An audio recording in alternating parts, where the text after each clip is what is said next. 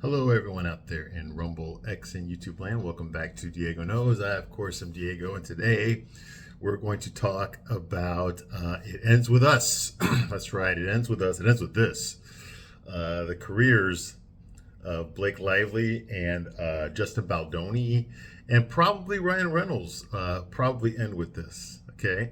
There's so much drama involved in this movie. It's been a long time. In fact, I can't even remember the last time there was this much drama attached to a lowly piece of crap movie.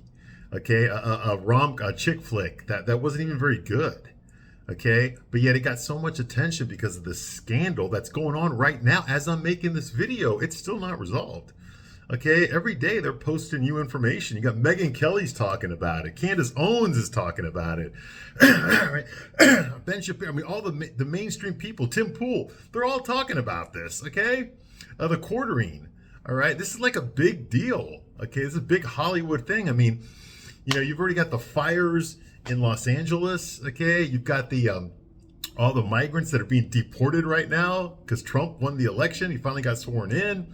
You've got all these all his staff members that he picked, okay, that are getting sworn in and that are getting confirmed and all that. I mean, it's just a lot of stuff going on right now. Mexico, they just dropped the tariffs on Mexico and Canada today. Okay, so what's going to happen with that? Okay, like all this crazy stuff's happening right now, and if that wasn't bad enough. Okay, the worst out of all these things is this damn scandal with Justin Baldoni and Blake Lively, the stars of this movie. Okay, now Justin Baldoni is not only one of the stars of the movie. Okay, he's not only one of the leads, he's also the director. Okay, and he owns the production company that made this movie. Okay, so he put a lot of his own money is invested in this thing. Okay, now the movie did not do well, but more people watched it because of the scandal. Okay, and more people are watching the scandal as it keeps going, as it plays out. Okay, and it's the circumstances behind this are just so crazy. I didn't even the fact that I should have known. I mean, I kind of knew about the movie. I put this movie on my list of movies to review, but then the scandal came out and stuff, and even though I don't look for this crap, I did not know who Justin Baldoni was. Okay, I have no idea who the hell he was until I decided to review this movie. Okay, because I'm not gay. Okay, I don't watch chick shows. He's a chick flick actor. He's a chick show actor. Okay, all those stupid shows, gossip sluts, and and what was it, and Everwoody, and one Prick Hill, and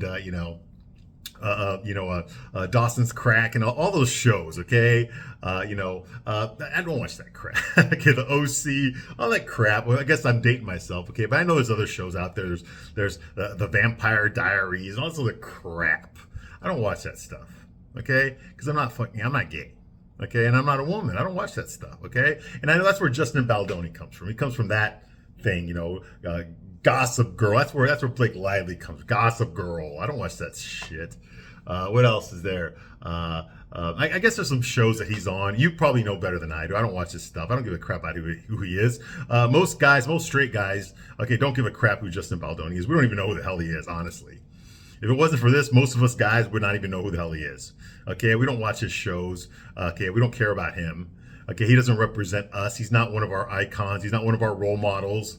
Okay, he's one of those. There's two types of men. There's the men that men want to be like, and then there's the men that women want to be with. And a lot of times they're not the same guy. Okay, they're not. Same thing goes with women. I know you women don't want to believe this. Okay. But it also goes with women. There's the women that women want to be like, and then there's the women that men want to be with. And usually those are not the same one. Okay, completely different. What we look for in women is completely different from what you look for in a man. Okay? And I think you know that. Okay? I think in some sense you know that. All right? But you're not allowed to say that. Okay? Because it's all about girl power. It's all about like what women want. It's never about what the guys want.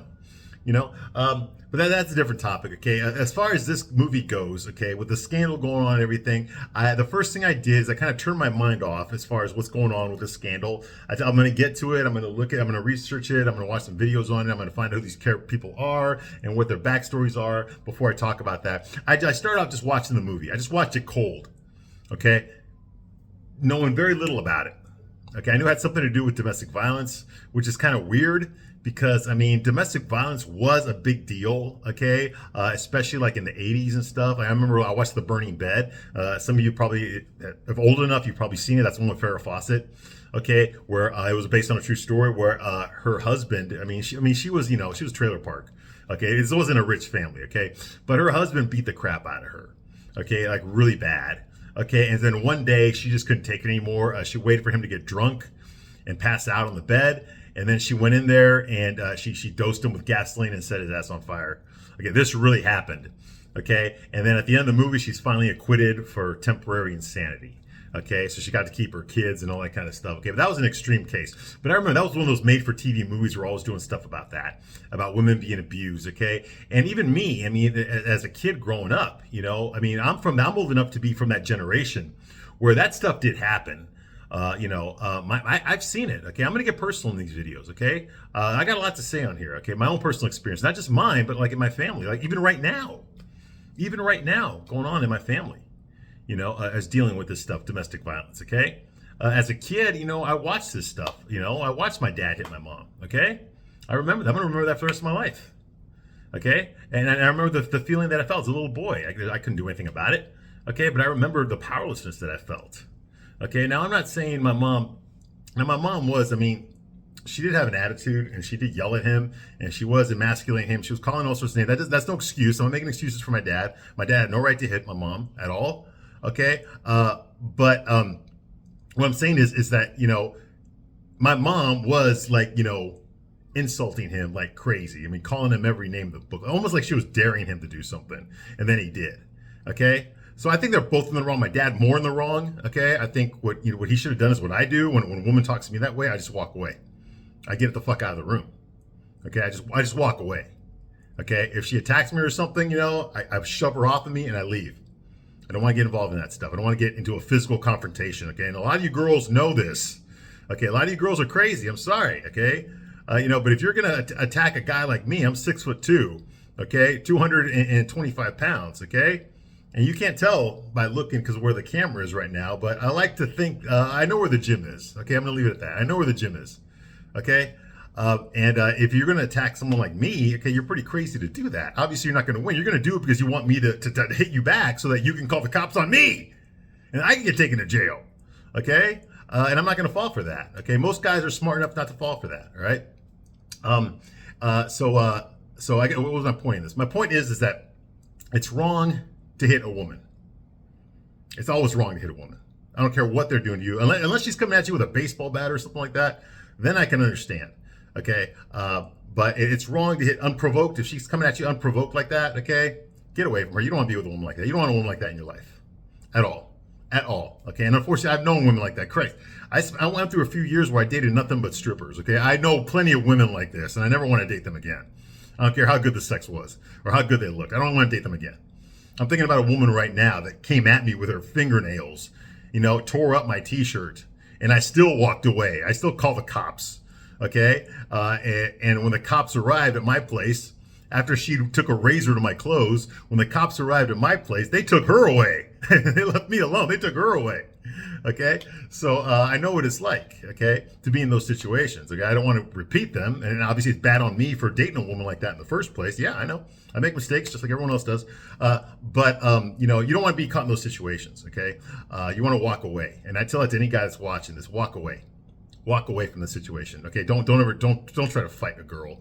If she's going to provoke you, she wants you to hit her so that she can call the cops, okay? On you, okay? And if you fall for it, you're going to deserve what you get, all right? Don't get away, unless it's self-defense, unless she's coming at you with a sledgehammer or something or a knife or something like that, okay? Then I can understand it. But other than that, no.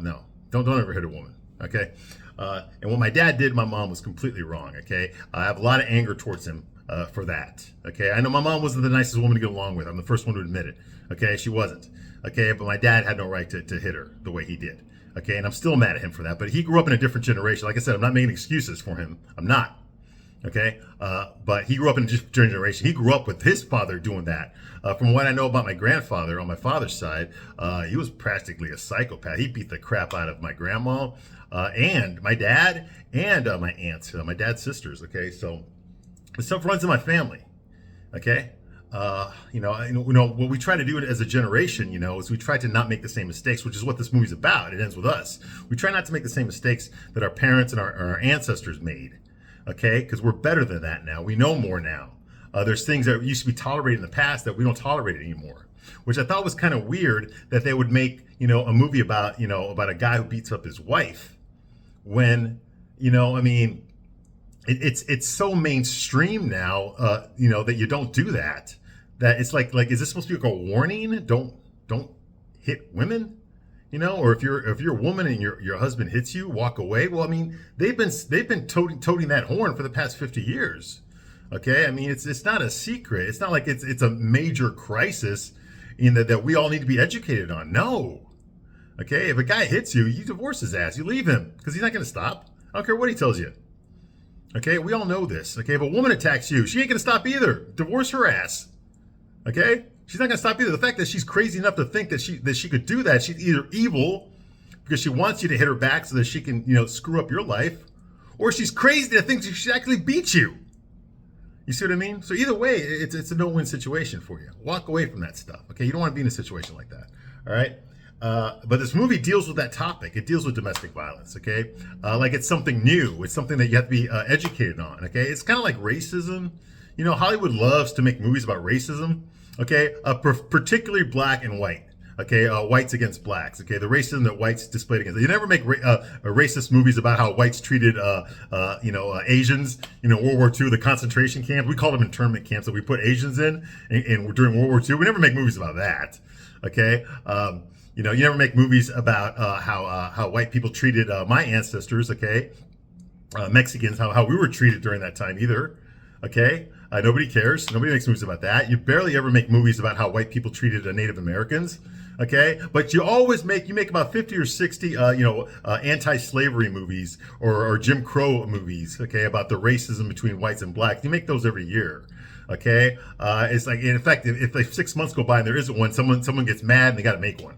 Okay, so everyone pretty much damn well knows, okay, that our country had slavery and that a lot of whites, not all, but a lot of whites were racist towards black people. Okay, most people know that it's been done to death, but yet Hollywood's still going to crank it out as if it's still going on. Okay, you're never going to get rid of racism, okay, but it is not institutionalized like it used to be. Okay, they got rid of that a long time ago. All right, a long time ago. All right, but Hollywood's still going to gaslight you, okay, during stuff like that. Okay, a cop kills a black man, okay, and all of a sudden, you got riots and stuff, okay, but it never talks about all the white people that get killed by blacks, or all the Mexicans that get killed by blacks, or all the Asians that get killed by blacks, or none of that stuff, or how about all the blacks that get killed by blacks, which is a hell of a lot worse, okay, but you're not going to see that. Hollywood's not going to, the news outlets aren't going to talk about that. They're not going to make movies about that. You see what I mean? Because that goes against what they want to gaslight you with. They want to gaslight you with the white people are keeping black people down, and then you need to do something. You need to stir some shit up and take over cities and stuff. Start attacking white people. You see what I mean? That's what they want. Okay, and that's what Hollywood has become. It's all become social engineering, social messaging. They're trying to get you to think their way. Now, thank God, as human beings, most of us are aware that we treat people with respect. Okay, that we have to treat people with respect. We treat our girlfriends with respect, our wives, our friends, doesn't matter what color they are, what gender they are, what their sexuality is. None of that stuff matters. Okay, we're all human beings. We treat each other with respect. Okay, I think everybody knows that. Okay, but Hollywood still has to keep hitting you with that message. Okay, and what I don't like about it is whenever they try to hit you with a message about like, for example, this movie, Domestic Violence. Okay, in order to do that, they have to portray the men as being evil, stupid, or weak. Okay, you can't make the woman the hero unless you make the men the bad guys. Okay, now obviously this isn't true in real life, but this is true in the movies, in the TV shows. This is exactly what's true. Okay, I reviewed Sex and the City. I reviewed every episode. Okay, and the women are the protagonists on that show. They're the main characters. They're the leads. Okay, so in order to make them stand out and spectacular, you got to surround them with weak men, because that makes them more empowered. If you have weak men, stupid men, evil men around these strong boss bitch women, it makes the women shine brighter. It makes them stand taller. It makes you root for them more because they're surrounded by weak men. And then maybe they don't tell you straight out, I'm a weak man. They're not going to do that, okay? but you're going to pick up on what they're doing. You're going to realize, oh my God, this man is a coward. You know, Carrie deserves better than him. You see what I mean? And that's how you're going to look at all the men on the show. Okay, that's one of the manipulation tricks they use to get you to like the main characters, to make you like women, empower women. How do you make a woman smart? How do you make her tough and empowered? Independent boss bitch. Simple. You surround her by weak men. Okay? It's a trope of all these chick flicks, especially in the past 10 years. They did it on Sex and the City, which really pissed me off. Those are not real men on that show. Okay, they do it in most of these chick flicks that I review. I mean, there's exceptions. Okay, but for the most, I mean, like shit like The Notebook. I mean, what the fuck was that? That's a weak man. Okay? They do this stuff in most of these chick flicks that I review on here. Okay, with very few exceptions. Okay, they did, and I love Thelma and Louise, but they made all the men in that movie weak. Okay? Or evil. Okay, you see what I mean? Or cowards. You see? Or stupid.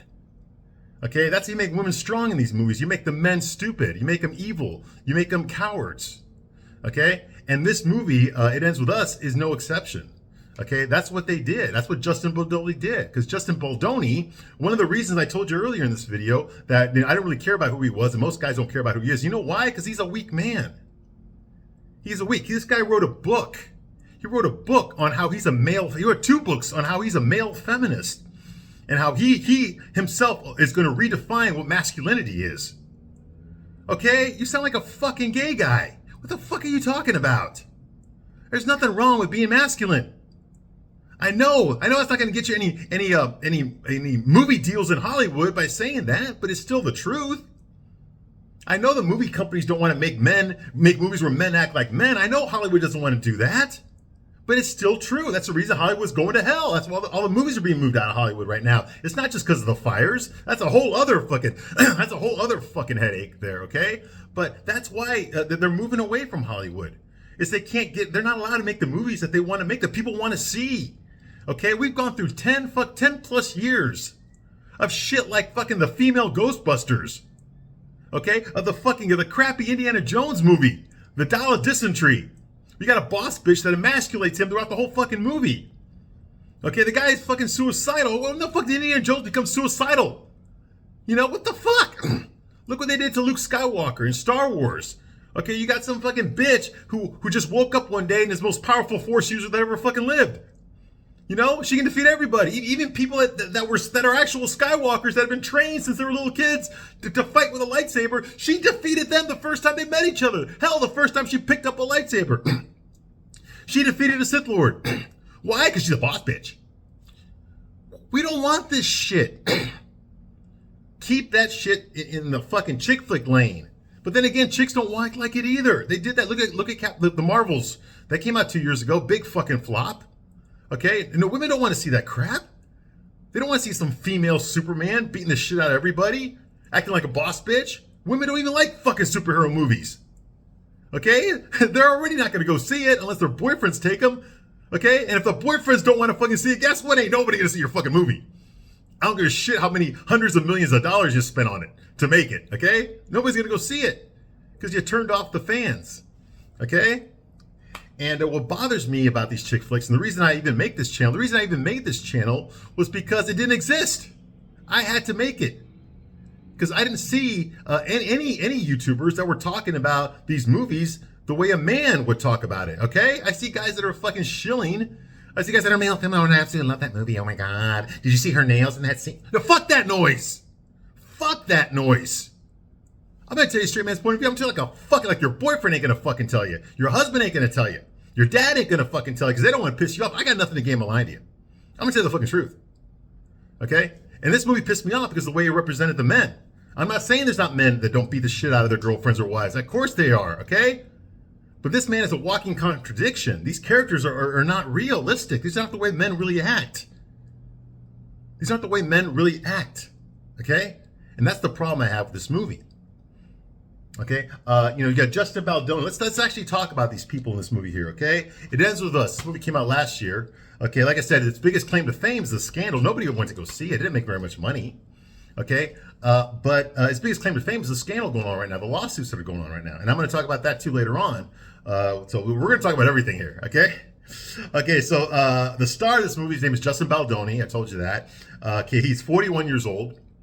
Right now, he's the director and he owns the rights. His company, his production company is called Wayfair. And they bought the rights from Colleen Hoover, who's the author of the 2016 book, It Ends With Us, which is what this movie is based on. Okay, and she does not understand men at all. I'm not going to read the book. I'm not going to review the book. But if this movie is anything like the book, then she doesn't know what the fuck she's writing about. All right. So Justin Baldoni, like I said, he's also the star of this movie. He plays the main character, or one of the main characters, Ryle Kincaid. Yeah, that sounds like the name of a guy who would beat the crap out of his girlfriend. All right. He's from some show called Jane the Virgin, which I did not watch, and I'm never going to watch. So please don't tell me about how much range he has as an actor. Okay, he plays the same fucking. He's got one of those male models, rich, privileged guy, born in California, born in L.A. Okay, his dad is Italian, rich Italian. His dad was like the senator of Indiana. Okay, so he grew up wealthy. Okay, and his mom's Jewish. Okay, so he actually celebrates Christmas and Hanukkah. How does that work out? How do you do that? How do you pull that off? Okay, because isn't the whole point? Isn't one of the main things about Judaism is that Jesus was not the Messiah? And isn't the main thing about Christianity is that Jesus is God in human form? And then you got. So what's going to happen to you when you die, Justin Baldoni? I mean, pick a side. I mean, come on. All right. Yes, he's privileged, a rich guy, male model, got into acting, got into, because he knows the right people. Like I said, his dad was a friggin' senator for Indiana. Okay? So he already had connections and all that. So it's relatively easy for a man like that to get acting jobs in Hollywood. Okay? Male model, all that kind of crap. All right, which is why they have all those chick shows, those chick TV shows like Jane the Virgin. They don't hire actors; they hire male models. Okay, that's why shows like Smallville and Arrow, okay, and all those CW shows. Okay, that's what they did. Okay, they don't hire actors. Vampire Diaries; those guys aren't actors; those are models. Those are models that want to be actors. You see what I mean? That's how it works. Okay, that's why they can't act. That's why the shows are so stupid. Even he's like Supernatural and crap. You think those guys were real fucking actors? No, they're models. Okay, yeah, some of them like learned how to act. They actually got better at acting, but that's they didn't look at actors to be in these TV shows. They looked at models, okay, and try to make them into actors. Okay, that's how it works. All right. Okay, and Justin Baldoni is just one of those. Okay, the main star of this movie is Blake Lively, the Blake Lively, who plays. I'm not making this up. Her character's name in this movie is Lily Blossom Bloom. Okay, yes. Colleen Hoover wrote this. Lily Blossom Bloom. I think she had a message there, okay, in naming her characters, all right? Get it? She's a flower, blah, blah. Anyway, so she's Lily Blossom Bloom, okay, and she is basically, I guess she was on a show called Gossip Girl, which I never watched. Okay, but she's comes from a rich, wealthy family in LA as well. Most of her siblings and her parents were actors or in the show business. Okay, like I said, I think in the last video I told you that her half sister, Robin Lively, I remember her from Karate Kid Part 3. Okay, and she reprised her role on Cobra Kai recently. Okay, so her brothers and her siblings, they're all actors. Okay, grew up rich, white neighborhood. They got everything, okay? Relatively easy for someone like her to transition from modeling into acting. She already knew all the people. She already had the connections. She knew all the agents, okay? So someone like her, it'd be easier to transition into acting, okay? And right now she's married to one of the biggest stars in Hollywood, Ryan Reynolds. Okay, that guy's worth about $500 million. Okay, his last movie, Deadpool and Wolverine, which came out last year, that made $1.3 billion. Okay, the second highest grossing movie of 2024, right behind Inside Out 2, which I think did $1.7 billion. All right, in an era where movies are flopping left and right, they called last year the Flopbuster, the year of the Flopbuster. They also said that about 2023 as well, because all these woke movies are just dying. They're just dying in the studios and the movie theaters. They're just dying. Nobody's watching them. Okay, in an era of that, those movies stood out. Okay, Barbie made a lot of money. Oppenheimer made a lot of money. Mario Brothers, Super Mario Brothers made a lot of money. Okay, and Deadpool Wolverine made a lot of money. So people are looking at Ryan Reynolds like, oh God, this guy knows how to make money. Yes, it was a gimmick to get Hugh Jackman to come back and all that, but honestly, Ryan Reynolds was born to play Deadpool. Okay, he knows the character. I'm a comic book fan. I love comic book superheroes. Deadpool's not my favorite, but I know a lot about him just because I read comic books my whole fucking life. And Ryan Reynolds did portray Deadpool accurately, not like he did in that Wolverine movie. okay, from 2009, okay? X-Men Origins Wolverine. His portrayal of Deadpool in that was horrible. That was terrible. But when he got to do Deadpool himself on his own, wearing the costume and all that, he got it right. He got it absolutely right.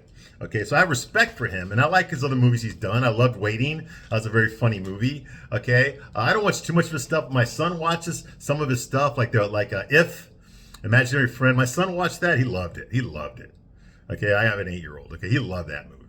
Okay, but I know him from Waiting. I know him from some other stuff that he's done. I remember him from Blade 3. Okay, with Wesley Snipes. Okay, Van Wilder. Okay, we all know Ryan Reynolds is very successful.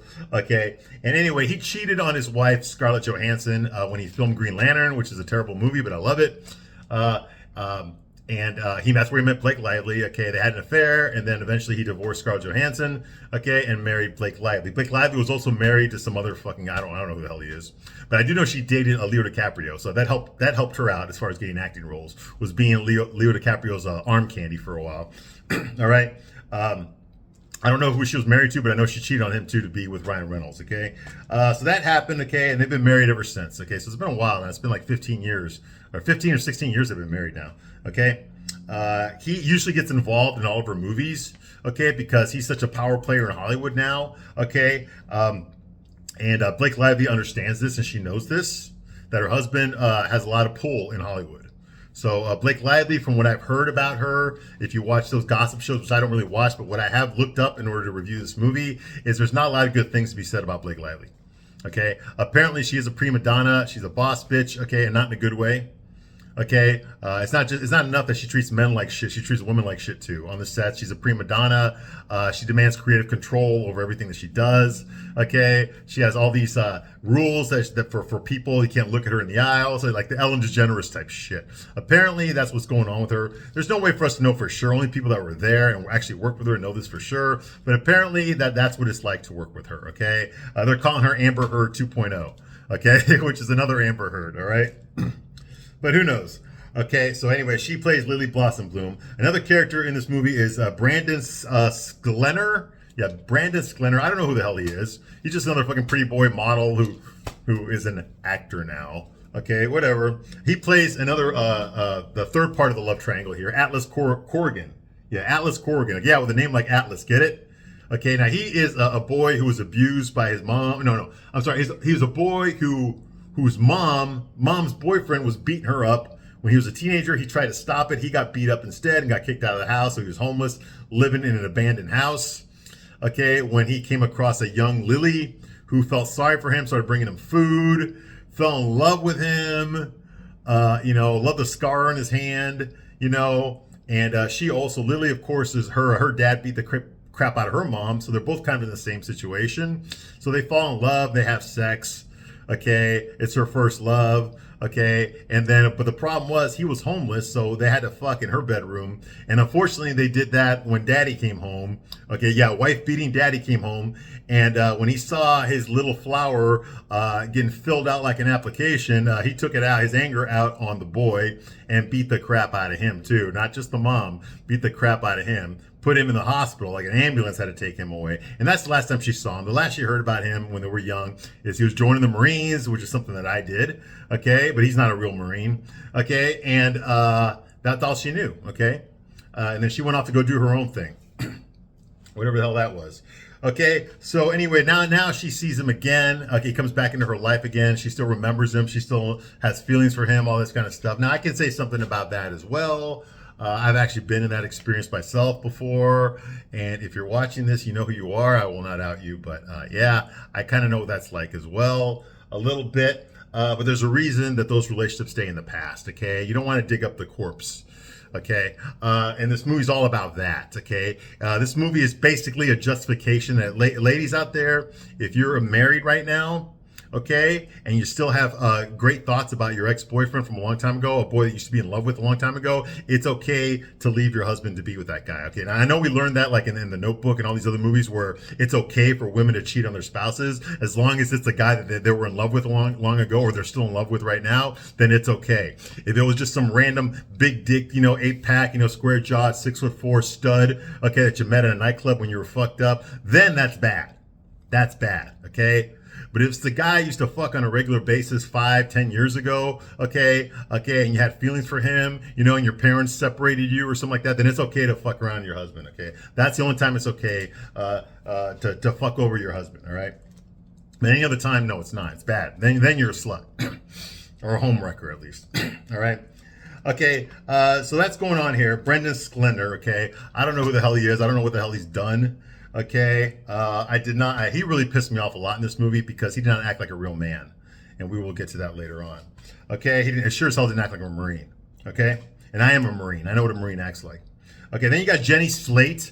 Now, this movie also has a lot of cliches from other chick flicks. Okay, you've got the horny, unattractive, sassy best friend. Okay, and Jenny Slate fits that role. Okay, I've seen her in a lot of things, never as a star. I mean, she was in the Venom movie, the one with Tom Hardy. She had a small role in that as a scientist. Okay, she did a movie with Jack Black about some guy who was a Polish guy in Pennsylvania who's ripping off people. It was a Netflix movie. She played the wife in that. That was a funny movie. I can't remember what it was called, but that was based on a true story. I've seen her around.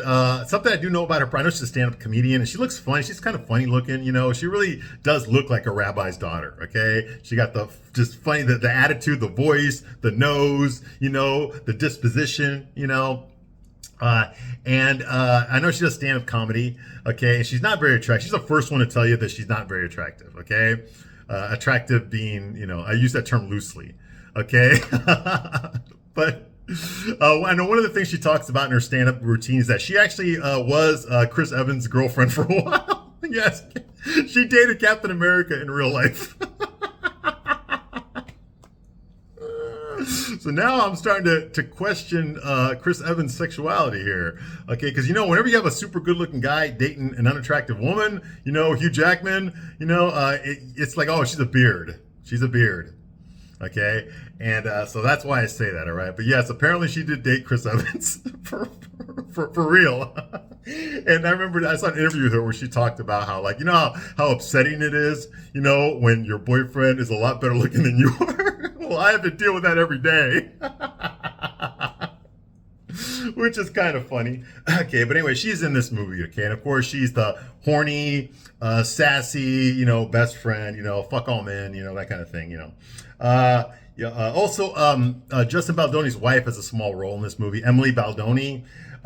Which also, as far as the scandal goes, it'd be hard for Blake Lively accused Justin Baldoni of sexual harassment on the set. It's kind of hard for me to see that happening when his wife was on the set with him every day. You would have to like sneak around away from your wife to find a time to sexually harass, Blake Lively and then come back without your wife knowing about it. You know what I mean? It's one thing if you're filming in Australia and your wife is back in the States taking care of the kid. That's one thing. And all that happens all the time. But if your wife is there all the time, how do you manage to to sexually harass your co-star, without your wife finding out about it? All right. Anyway, young Lily Bloom is played by this actress I've never heard of named Isabella Ferrer. Okay, and young Atlas Corrigan is played by a young actor I've never heard of named Alex Newstedetter. I ain't gonna say that right. Okay, and then of course. Jenny Slate's character, Alyssa, that was her name. Jenny Slate's character, Alyssa, she's married to an Indian guy named Marshall, who she, doesn't really treat with that much respect. It's just like, and of course, he's a simp. He's a soy boy. Oh, whatever you want, sweetheart. I love you so much. But then again, every guy in this movie is that way. Okay. And then, of course, I said Robin Lively, Blake Lively's sister. Okay, from Karate Kid 3, the non-love interest from Karate Kid 3. She plays Mrs. Byland in this movie, all right? The writer of this movie, her name is Christy Hall. And if you don't know who she is, that's because she's never written anything. Okay, no. She's written two other things, okay? She wrote a movie called Daddy-O, and that came out in 2023, which nobody watched. And then she also wrote I Am Not Okay With This. She's a co-writer for a Netflix show called I Am Not Okay With This. So she co-wrote that, or she wrote a few episodes of that, and then she wrote Daddy-O, which was 2023, and she wrote something else that has not been made yet. I don't know the name of it, okay? I don't care either, okay? But yeah, that's the writer, Chris. Okay, look, Justin Baldoni's company, Wayfair, produced this movie, okay? So they didn't have a lot of money. Okay, it was a lot for Justin Baldoni to secure a deal with Sony to distribute this movie. Okay, they had to make a release date. Okay, they couldn't afford anything that would slow that down, and they couldn't afford expensive writers, expensive actors. They couldn't afford, people that demand a lot of money for their work. So they had to get people on the cheap. Okay, so they had to get a writer who they wouldn't have to pay as much as, like, say, a Lawrence Kasdan or something. Okay, those guys make a lot of money for their work. Okay, for their writing ability. Okay, Justin Baldoni couldn't afford that. He had to get someone who had talent but not a lot of experience. Okay, not a lot on their resume. Okay, so I understand why he did it, but still, it doesn't mean the movie's good. Okay, just because you got her cheap doesn't mean that the script makes up for her, shortcomings. It does not. Okay, the biggest problem in this movie is the script. Okay, I mean, there's a lot of problems in this movie, but that's probably one of the biggest ones. There is the script. Okay, Christy Hall, thank you very much for wasting 2 hours of my life. Okay, actually, it wasn't a waste. I do this for fun. Okay. And like I said, the book was written by Colleen Hoover, and it was published in 2016. Okay? Now, real quickly, I'm about to end this video, but just to give you a brief glimpse of what's coming up in the next video here. Basically, the scandal involves 3 lawsuits. There's 3 lawsuits going on here, okay? Justin Baldoni is getting suing the New York Times for defamation of character. Blake Lively is suing Justin Baldoni and his company Wayfair for sexual harassment.